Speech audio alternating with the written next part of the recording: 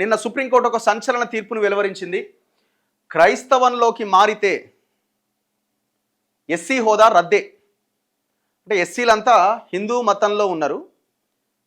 ఆ ఎస్సీలుగా ఉన్నటువంటి వాళ్ళు ఎవరైనా ఉంటే వాళ్ళు క్రైస్తవ మతంలోకి గనక మీరు మారితే మీ హోదా రద్దవుతుంది అని చెప్తున్నారు. ఎస్సీ హోదా రద్దవుతుంది అని చెప్తున్నారు. వారికి ఎస్సీ అట్రాసిటీ చట్టం వర్తించదట. ఇది ఒక పర్టికులర్ కేసులో బాపట్ల ఒక పాస్టర్ కేసులో సుప్రీంకోర్టు తీర్పునిచ్చింది. ఇప్పుడు ఎస్సీ ఎస్టీ యాక్ట్ ఏంటి, అట్రాసిటీ యాక్ట్ ఏం చెప్తుంది? వాళ్ళకి ఎవరైనా అవమానానికి గురి చేస్తే, వాళ్ళ మీద ఎవరైనా దాడులు చేస్తే ఎస్సీలు కానీ ఎస్టీలు కానీ వాళ్ళకు ఒక చట్టం ఉంది, ఎస్సీ ఎస్టీ అట్రాసిటీ చట్టం. సో మీరు కనుక ఒకవేళ మీరు క్రైస్తవులుగా మారిపోతే వాళ్ళకి ఎస్సీ ఎస్టీ అట్రాసిటీ చట్టం అనేది వర్తించదు. హిందూ, సిక్కు, బౌద్ధులకు మాత్రమే ఎస్సీ హోదా ఉంటుందట. హిందువులకి, సిక్కులకి అండ్ బౌద్ధులకు మాత్రమే. మరే మతంలోకి వెళ్ళినా, క్రైస్తవంలోకి వెళ్ళినా, ఆ 3 మతాలు కాకుండా ఇంకే మతంలోకి వెళ్ళినా, ముస్లిమ్స్గా మారినా వాళ్ళకి ఈ షెడ్యూల్డ్ కుల హోదా ఉండదు. తక్షణమే సంపూర్ణంగా ప్రయోజనం కోల్పోతారు. తక్షణమే ఇమీడియట్గా 1950 నాటి రాజ్యాంగ ఉత్తర్వులు చెబుతున్నది ఇదే. దీని నుంచి ఎవరికీ మినహాయింపు ఉండదు. క్రైస్తవ మతంలో కుల వ్యవస్థకు తావులేదు. కుల ధృవీకరణ పత్రం ఉన్న చట్టపరమైన రక్షణ దక్కదు. ఏపీ హైకోర్టు తీర్పును సమర్థించిన సుప్రీంకోర్టు పాస్టర్ చింతాడ ఆనంద్ కేసులో సంచలన తీర్పును వెలువరించింది. మరి ఇప్పుడు ఆల్రెడీ చేంజ్ అయ్యి ఆ ప్రయోజనాలు పొందుతున్న వాళ్ళ సంగతి ఏంది? అసలు ఈ తీర్పుని మనం ఏ రకంగా చూడాలి? దీని మీద పెద్ద డిస్కషన్ జరగాలి. చాలా సెన్సిటివ్, చాలా చాలా చాలా చాలా సెన్సిటివ్ అంశం ఇది. ఇప్పుడు చాలామంది మనం చరిత్ర తీసుకుంటే ఎందుకు క్రైస్తవులుగా కొంతమంది మారినారు, ఆ పరిణామాన్ని కూడా మనం పరిగణలోకి తీసుకోవాల్సిన అవసరం ఉంది. మతం మారాల్సిన అవసరం ఎందుకు వచ్చింది, అసలు ఎందుకు మారాలి మతం అన్నది ఒక ప్రశ్న. Okay, very good. కానీ ఆ మతం మనసు చంపుకొని మారాల్సిన సిచ్యువేషన్ ఎందుకు వచ్చింది అన్నది కూడా చాలా ఇంపార్టెంట్.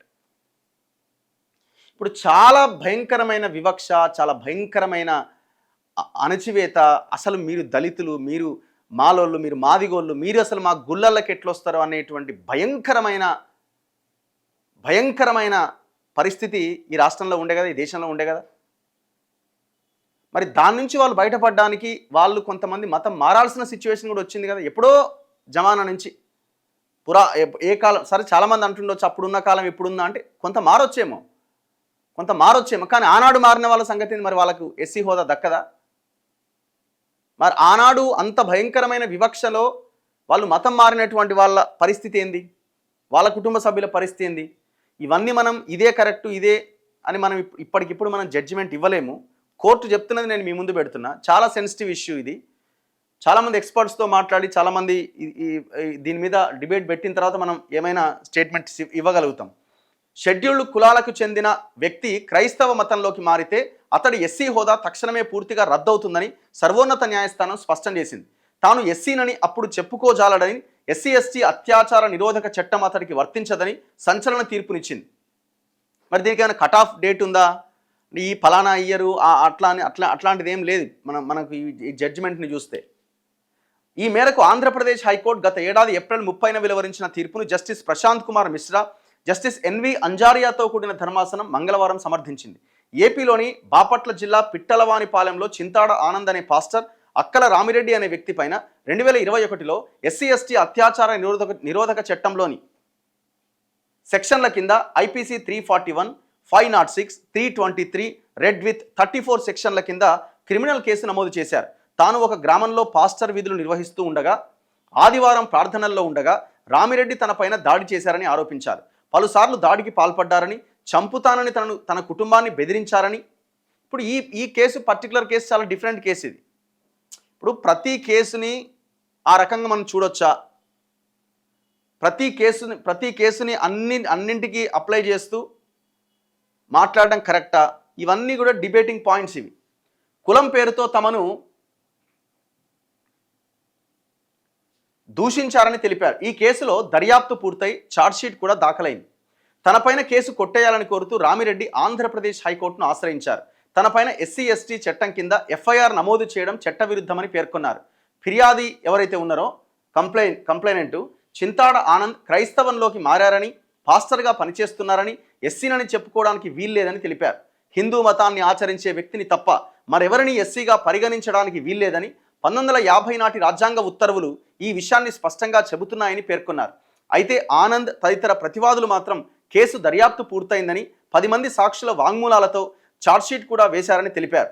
చింతాడ ఆనంద్ ఎస్సీ అని, హిందూ మాదిగ కులానికి చెందినవారని, పిట్టలవానిపాలెం మండల తహసీల్దార్ కుల ధృవీకరణ పత్రం కూడా ఇచ్చారని, ఆనంద్కు ఎస్సీ ఎస్టీ చట్టం రక్షణకు నిరాకరించలేరని వాదించారు.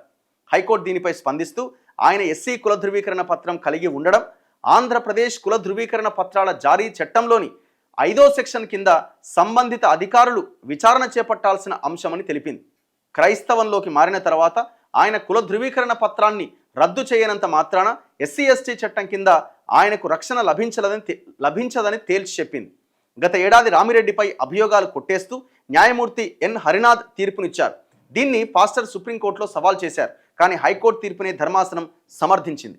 ఈ మేరకు 33 పేజీల తీర్పును వెలువరించింది.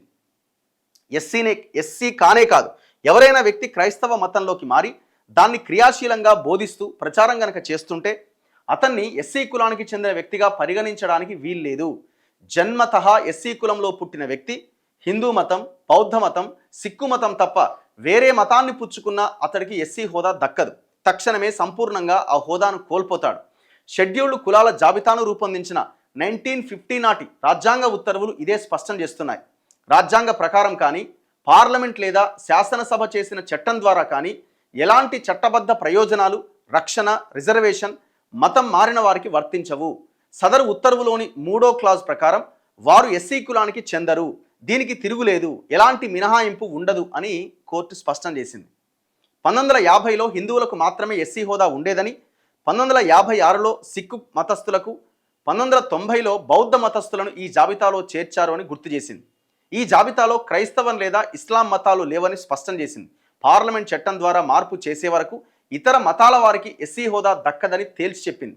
ప్రస్తుత కేసులో పిటిషనర్ ఆనంద్ తిరిగి తన మాతృమతంలోకి మారినట్లు కానీ, మాదిగ సామాజిక వర్గం ఆయన్ను తిరిగి తమలో కలుపుకున్నట్లు కానీ చెప్పేందుకు ఆధారాలు లేవు. దీనికి విరుద్ధంగా ఆయన దశాబ్ద కాలానికి పైగా క్రైస్తవ మతాన్ని ఆచరిస్తూ పాస్టర్గా సేవలు అందిస్తున్నట్టు సాక్ష్యాధారాలు స్పష్టం చేస్తుంది. గ్రామాల్లోని ఇళ్లలో ప్రతి ఆదివారం క్రమం తప్పకుండా ప్రార్థన చేస్తున్నాడు. దాడి జరిగినట్టు చెబుతున్న రోజున కూడా ఆయన ఒక ఇంట్లో ప్రార్థన నిర్వహిస్తున్నట్లు స్వయంగా అంగీకరించారు. ఈ వాస్తవాలన్నీ పరిశీలిస్తే దాడి జరిగే నాటికి ఆయన క్రైస్తవుడు అనే విషయంలో ఎటువంటి సందేహానికి తావులేదు అని సుప్రీంకోర్టు ధర్మాసనం పేర్కొన్నది. క్రైస్తవ మత ఆచారాలు పాటిస్తూ పాస్టర్గా బాధ్యతలు నిర్వర్తిస్తున్న వ్యక్తికి ఎస్సీ హోదా వర్తించదు. అట్రాసిటీ చట్టం కింద రక్షణ పొందే అర్హత ఉండదని తేల్చి చెప్పింది. సుప్రీం తీర్పుపై పిటిషనర్ అక్కల రామిరెడ్డి స్పందించారు. 5 ఏళ్లుగా న్యాయ పోరాటం చేస్తున్న తనతో పాటు కుటుంబ సభ్యులు 5గురిపైన అన్యాయంగా అట్రాసిటీ కేసు పెట్టారని చెప్పారు. అప్పట్లో తనపై విపరీతమైన రాజకీయ ఒత్తిడి ఉండేది. హైకోర్టు ఇచ్చిన తీర్పుని సుప్రీంకోర్టు సమర్థించడం ఆనందాన్నిచ్చిందన్నారు. క్రైస్తవంలో కుల వ్యవస్థకు తావులేదట.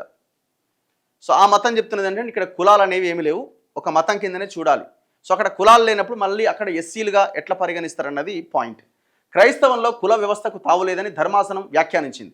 క్రైస్తవ మతం కుల వ్యవస్థను అంగీకరించదు. అందరూ క్రీస్తునందు సమానమే. అక్కడ ఎవరిని యూదులుగానో, అన్యులుగానో, దాసులుగానో చూడరు. ఒక వ్యక్తి క్రైస్తవంలోకి మారిన తర్వాత హిందూ మతంలోని సామాజిక వివక్ష నుంచి బయటపడినట్టుగా భావించాలి. అటువంటి పరిస్థితుల్లో ఎస్సీ ఎస్టీ చట్టం కింద రక్షణ కోరడం చెల్లదు అని తీర్పులో స్పష్టం చేసింది. ఆనంద్కు ఎస్సీ కుల ధృవీకరణ పత్రాన్ని అధికారులు రద్దు చేయనంత మాత్రాన మతం మారిన వాస్తవాన్ని విస్మరించలేమని, మారిన వారికి ఎస్సీ ఎస్టీ చట్టం కింద రక్షణ పొందే అర్హత రాదని పునరుద్ఘాటించింది. ఆంధ్రప్రదేశ్ సాంఘిక సంక్షేమ శాఖ 1977 ఆగస్టు 30న జారీ చేసిన జీవో 341ని కూడా ధర్మాసనం విశ్లేషించింది. ఈ జీవో ద్వారా మతం మారిన ఎస్సీలకు కొన్ని సంక్షేమ పథకాలు అందుతున్నాయని, అయితే రిజర్వేషన్లు, అట్రాసిటీ చట్టం రక్షణ వంటి చట్టపరమైన ప్రయోజనాలు అందవని స్పష్టం చేసింది. రాష్ట్ర ప్రభుత్వ కార్యనిర్వాహక ఉత్తర్వులు ఎప్పటికీ రాష్ట్రపతి ఉత్తర్వులను లేదా పార్లమెంట్ చట్టాలను అధిగమించలేవని తేల్చి చెప్పింది. ఆంధ్రప్రదేశ్ హైకోర్టు తీర్పును సమర్థిస్తూ పిటిషన్ను కొట్టేస్తున్నట్టు ప్రకటించింది. మరి ఇప్పుడు చాలామంది ఇవాళ ఈ దేశంలో చాలామంది ఎస్సీలుగా ఉండి మతం మారిన వాళ్ళు కూడా ఎమ్మెల్యేలుగా ఉన్నారు కదా రిజర్వేషన్ ద్వారా. మరి వాళ్ళ పరిస్థితిని అందరు ఎమ్మెల్యేలను బర్తరఫ్ చేస్తారా? లేదు, ఇప్పుడు ఇది ఒక పర్టికులర్ కేసుకు మాత్రమే పరిమితమా? పెద్ద డిస్కషన్ ఇది. మరి ఇది ఎక్కడ ఇది?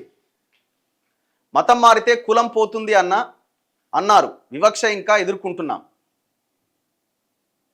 మతం మారితే కులం ఎందుకు పోతుంది? అసలు ఈ మారాల్సిన సిచ్యువేషన్ ఎందుకు వచ్చింది? ఇప్పుడు కొంతమంది ఇప్పుడు ఈ మతం మారడానికి కారణాలు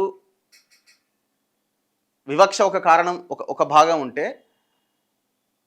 అట్రాక్ట్ చేసేటువంటి విధానం కూడా ఒక ప్రధానమైన కారణంగా ఇవాళ గ్రామాల్లో ఉన్నది. ఇప్పుడు రకరకాలుగా ఇండ్ల ముందుకొచ్చి ఇండ్ల ముందు తిరుగుతూ వాళ్ళని బాగా బ్రెయిన్ వాష్ చేస్తూ రకరకాలుగా పార్టీ మారే విధానం కూడా ఇప్పుడు వచ్చింది. మన మతం మారేటువంటి ఆలోచన, ఆ విధానం కూడా ఇప్పుడు వచ్చింది, మనకు కనబడుతున్నది. సో దుర్మార్గం కదా మరి అట్లాంటిది కూడా. ఒకప్పుడు వివక్ష, దాని నుంచి మతం మారడం అన్నది చాలా తప్పని పరిస్థితుల్లో వాళ్ళు చేసారు, మనసు చంపుకొని. మరి ఇప్పుడు వాళ్ళ పరిస్థితి ఏంది? వాళ్ళంతా మరి ఇక ఇదే అయిపోయినట్టేనా? ఇక ఇప్పుడు చాలామంది ఎమ్మెల్యేలు అయినారు కదా.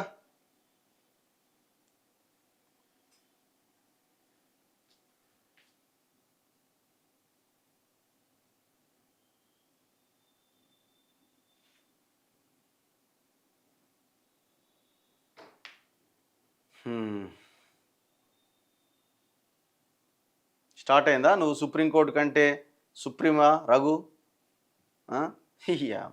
ఎక్కడి జనాలు, ఎక్కడి కథ, ఏం మాట్లాడుతున్నారో ఏం అర్థం కాదు. మనం వాస్తవాల్ని పరిగణలోకి తీసుకోవాలి. ఇప్పుడు ఈ కేసు ఎక్కడి వరకు, అంటే ఈ తీర్పు ఎంతవరకు 100% అమలు చేసే విధంగా ముందుకెళ్తారు? ఎక్కడి నుంచి, ఏ ఇయర్ నుంచి తీసుకుంటారు? ఆల్రెడీ రిజర్వేషన్ పొందుతున్న వాళ్ళ సంగతి ఏంది? ఆ రిజర్వేషన్ ద్వారా లాభం పొందిన వాళ్ళ పరిస్థితి, మరి వాళ్ళందరినీ తీసేస్తారా? వాళ్ళందరి సర్టిఫికెట్స్ రద్దు చేస్తారా? ఏంది అసలు? ఎట్లా చేయగలుగుతారు? ఏదేమైనా దీనికి ఒక ఒక ఒక ఒక ఎండ్ కార్డు పడుతుందా మరి రేపో ఎల్లుండో ఇంకో రోజు? అంటే ఇది ఇది ఇది ఇది ఈ కేసు వరకే పరిమితం అయ్యే అవకాశం ఉంటుందని నాకు అనిపిస్తున్నది. చూడాలి మరి.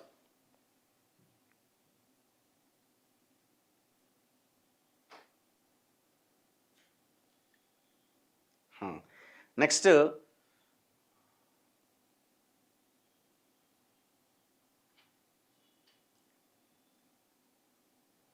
మరి మీ ఒపీనియన్ ఏంటి? మతం మారొచ్చా అంటే ఎవరి ఇష్టాలు వాళ్ళకు ఉండొచ్చేమో.